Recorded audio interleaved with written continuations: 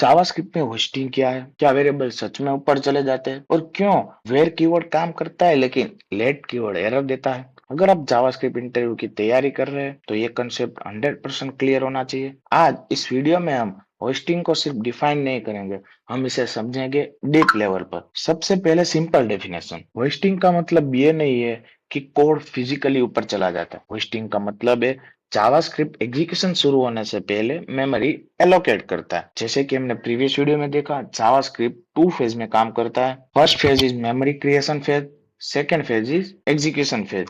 Memory phase में variables और functions create होते हैं। एग्जीक्यूशन फेज में कोड लाइन बाय लाइन चलता है। अगर हम एक एग्जांपल के साथ देखें तो आप देख सकते हो कि ये प्रीवियस वीडियो का एक एग्जांपल है। इसका आउटपुट क्या आएगा? इसका आउटपुट अनडिफाइंड आएगा। एरर क्यों नहीं आया? क्योंकि मेमोरी क्रिएशन फेज में जावास्क्रिप्ट ने वेरिएबल ए को क्रिएट कर दिया और उसे इनिशियलाइज कर दिया अनडिफाइंड से। फिर जब एग्जीक्यूशन फेज स्टार्ट हुआ तो कंसोल डॉट ए चला, उस समय वैल्यू थी अनडिफाइंड, इसलिए आउटपुट क्या आया? अनडिफाइंड। और उसके बाद ए वेरिएबल को रियल वैल्यू मतलब कि 10 असाइन हुआ। यही वेयर होस्टिंग है। अब वही एग्जांपल हमने लेट के साथ देखा तो हमें एरर आई, reference error, can not access be before initialization. Why? क्या लेट होस्टेड नहीं होता? लेट होस्टेड होता है। डिफरेंस ये है कि वेरिएबल क्रिएट तो होता है लेकिन इनिशियलाइज नहीं होता।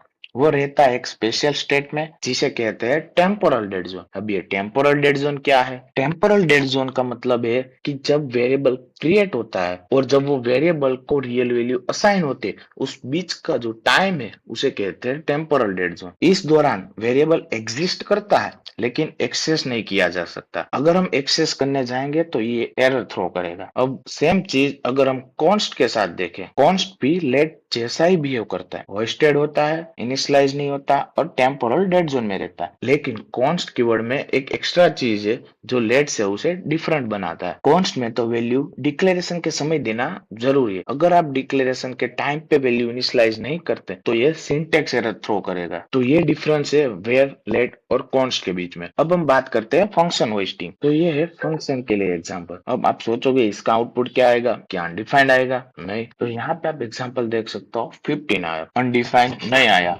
क्यों? क्योंकि पूरा फंक्शन मेमोरी फेज में ही लोड हो जाता है। जब भी मेमोरी एलोकेट्स होती है तो जो पूरा फंक्शन होता है, पूरे का पूरा फंक्शन ही एज अ वैल्यू असाइन हो जाता है। लेकिन ये सेम चीज फंक्शन एक्सप्रेशन में नहीं चलती। अगर हम यही एग्जांपल को रन करेंगे तो ये हमें एरर देगा। देख सकते हो, multiply is not a function. Why? क्योंकि ये एज अ वेरिएबल तरीके ट्रीट करता है। जब भी मल्टीप्लाई वेरिएबल क्रिएट होगा तो उसे एक अनडिफाइंड से इनिशियलाइज किया जाएगा और उसको रियल वैल्यू एग्जीक्यूशन फेज में मिलेगी। इसीलिए इसने हमें एरर थ्रो किया। तो ये है फंक्शंस होस्टिंग। आपको इंटरव्यू में क्वेश्चन पूछा जा सकता है कि क्या सारे फंक्शन होस्टेड है? तो ये उसका रियल एग्जांपल है। सिर्फ जो फंक्शन डिक्लेरेशन है वही होस्टेड होते हैं, बाकी के सारे फंक्शन होस्टेड नहीं होते। अगर आपको ऐसे जावास्क्रिप्ट के कोर कंसेप्ट और डीप डाइविंग वीडियोस चाहिए तो प्लीज इस वीडियो को लाइक, शेयर और हमारे चैनल को सब्सक्राइब जरूर कीजिएगा और इस वीडियो के लिए एक कमेंट करना मत भूलिएगा। मिलते हैं नेक्स्ट वीडियो में। Till then keep learning.